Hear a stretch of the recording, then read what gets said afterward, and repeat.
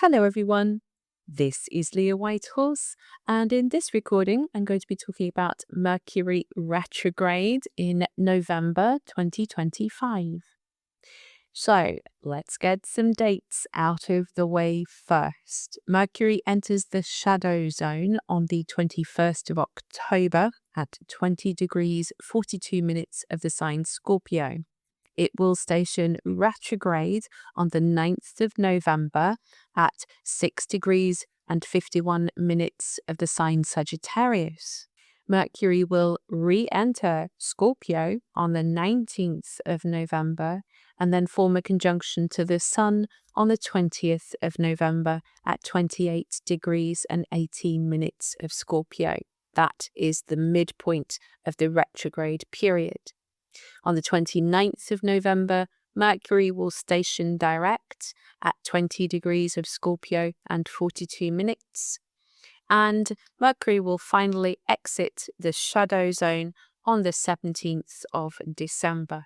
So the entire journey of Mercury retrograde will take place from the 21st of October through to the 17th of December. So as ever with a Mercury retrograde, we are always being asked to go within, to commune with our own inner Mercury. In other words, what do I think? What do I know? What's the information? What's the education?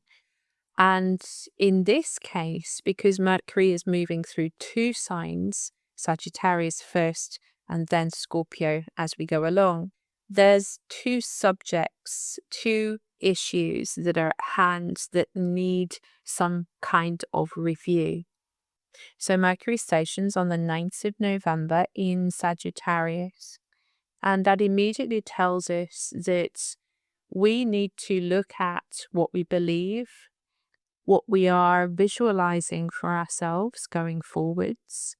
We need to think about our philosophy and just the way that we think about life, because our philosophy, our outlook, is going to affect what we think, and it's going to affect how we conceive of the future. If we believe certain things about ourselves and about the world, then that's going to shape the future we think we're headed towards. And now Mercury is saying, actually, maybe what you're thinking, maybe how you're conceiving of all of this, maybe the visualization you have for yourself is not quite in alignment. It's not quite working for you. The Sabian symbol of Mercury's station retrograde is Cupid knocks at the door of the human heart. So that really got my attention because it seems to be saying that one of the reasons that we've got to go through this is perhaps because our heart has been closed, or we're just trying to kind of protect the heart because we've been hurt. Things have been tough recently. The astrology has been acute and has certainly brought a lot of very difficult material for us to deal with.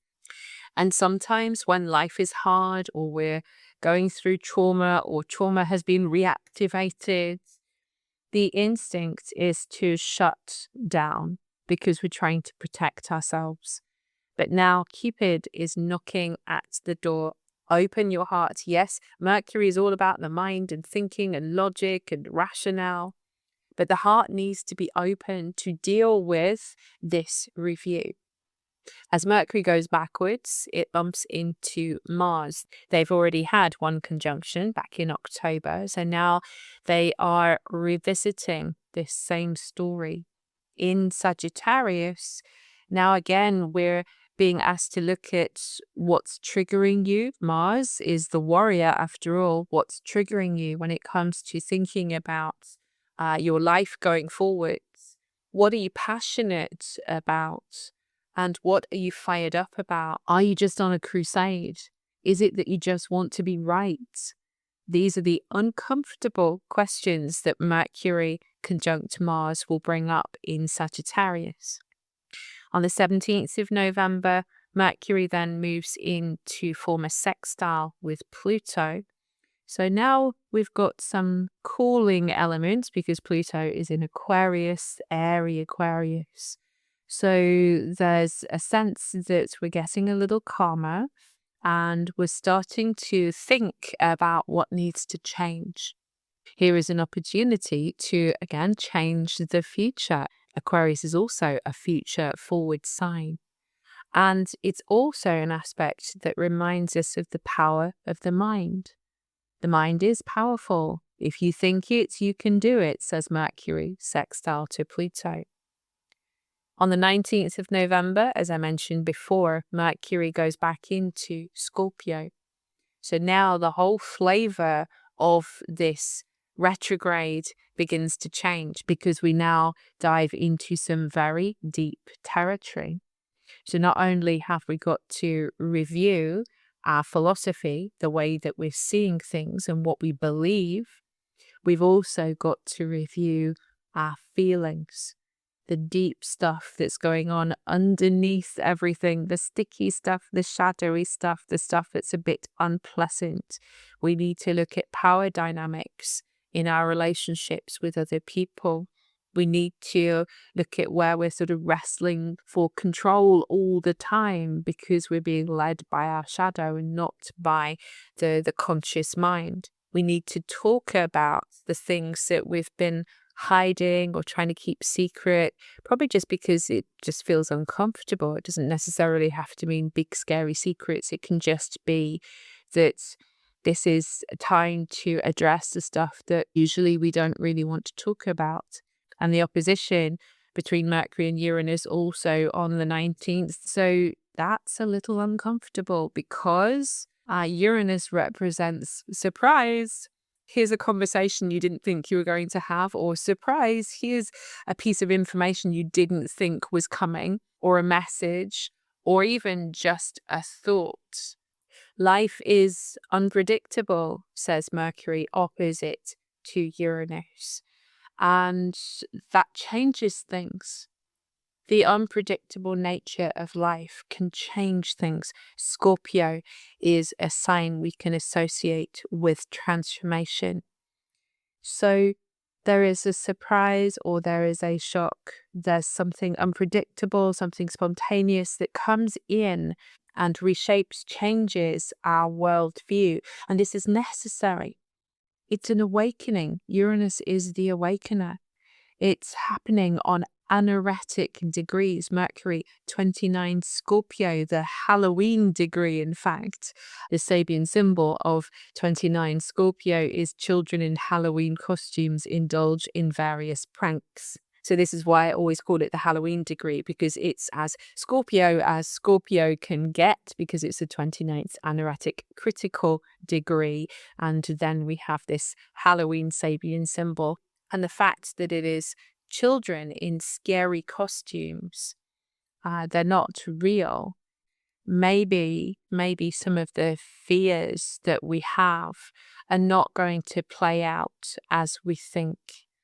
Maybe what we're thinking is because we're just scared and we're seeing scary things where actually no scary things are. So Uranus is waking us up, maybe from a nightmare. It's waking us up from a nightmare. It was all just a dream, says Mercury, trying to Neptune also on this same day. So we've got Mercury entering Scorpio on the 19th of November, and then opposing Uranus on the anaretic degrees and also trining Neptune on the anaretic degrees as well. So we're super Pisces, we're super Taurus. So Taurus is a sign that's wanting to feel secure and speaks about our resources. In fact, for some people, Mercury opposite to Uranus might bring in a conversation about money, whether it's our own money and we're dealing with banks and loans and mortgages and, that kind of stuff, credit cards, etc. Whether we're dealing with that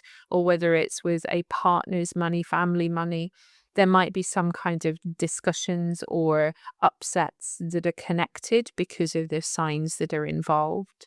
But generally speaking, we know that there is some kind of wake-up call that's coming through with Uranus.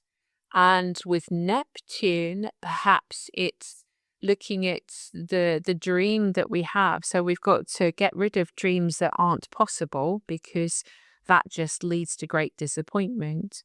But maybe we've got to start thinking about the things that we truly want, that are aligned with our soul, that we can feel intuitively. There's a lot of intuitive stuff. It's almost like the planets are trying to tune us in. This is the story that's been there all along. And you knew this, but you kind of glossed over it, or you knew it and you just didn't want to hear it. Now, Uranus and Neptune are making us hear what we need to hear. The 20th of November is when the Sun conjoins Mercury. So Mercury ascends the throne of the Sun. It is Kazimi. It is illuminated, and this tends to be the turning point in the retrograde period. And if we were in the dark before, if we didn't really know what this retrograde was about for us, then usually the Sun will bring it into consciousness. Now we see with the Sun conjunct Mercury.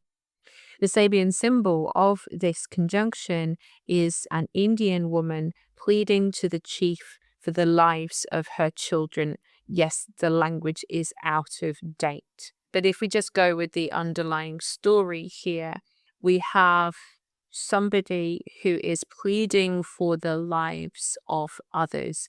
There's immediately a sense of helplessness sometimes that comes through with this symbol, because the thing that we want most of all is up to somebody else. And I think this symbol really speaks about how we deal with those kinds of situations that aren't in our control. This is in Scorpio territory after all.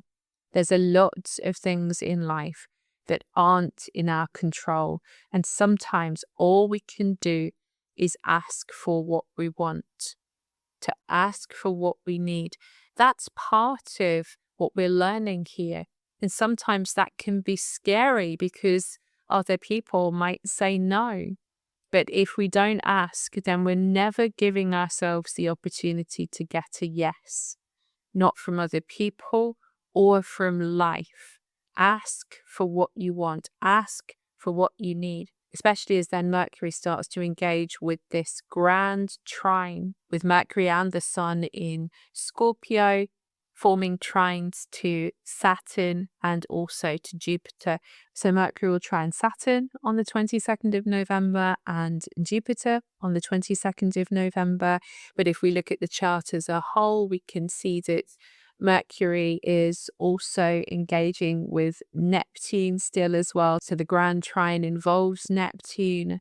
We've still got that opposition to Uranus, so that brings some tension. There is enough tension in this chart for us to tap in to all this very positive energy, the flow of emotion, the flow of feeling, the flow of intuition is all coming from Scorpio, Pisces, Cancer, the flow of feelings, this knowing, this instinct that comes from Cancer, the intuition, the history, the karma, the old ancestral stories that lie in our bones, Saturn over there in Pisces.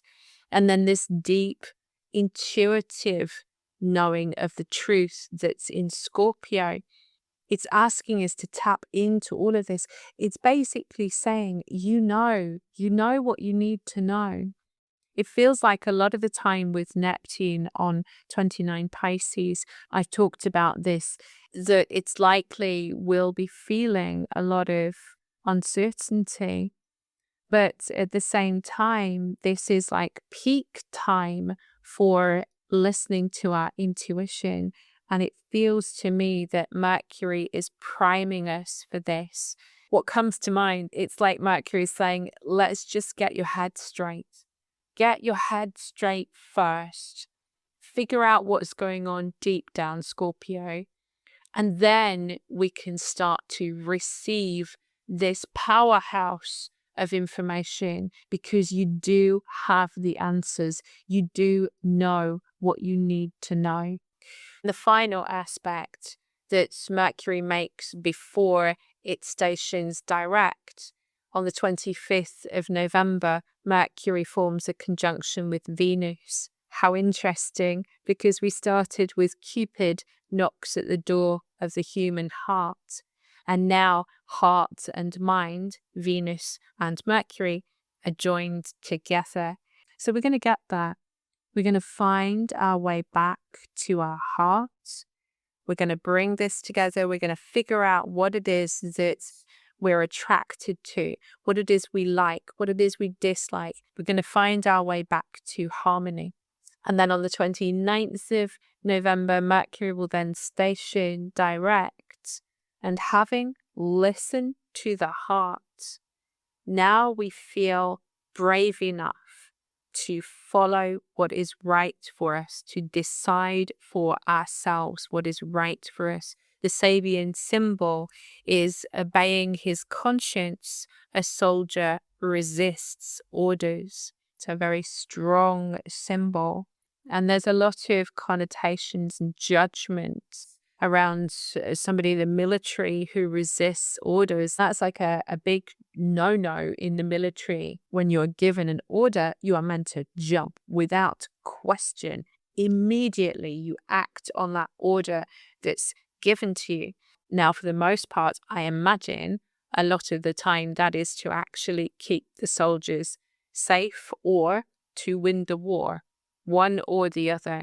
That you have to be prepared to do whatever the higher order has told you to do, because the higher order has a much better idea of the big picture. But in this case, the soldier is very clear about what they believe now.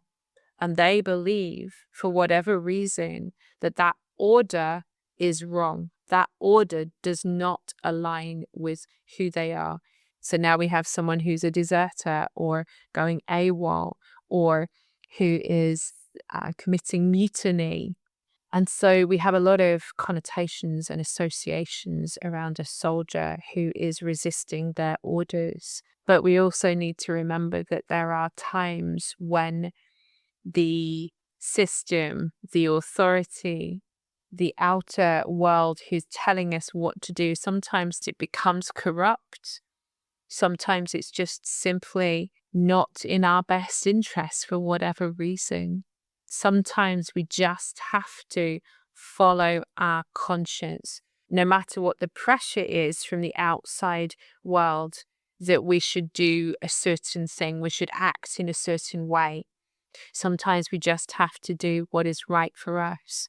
That is the overall lesson of this retrograde period. The big picture, Sagittarius, is not what we thought it to be.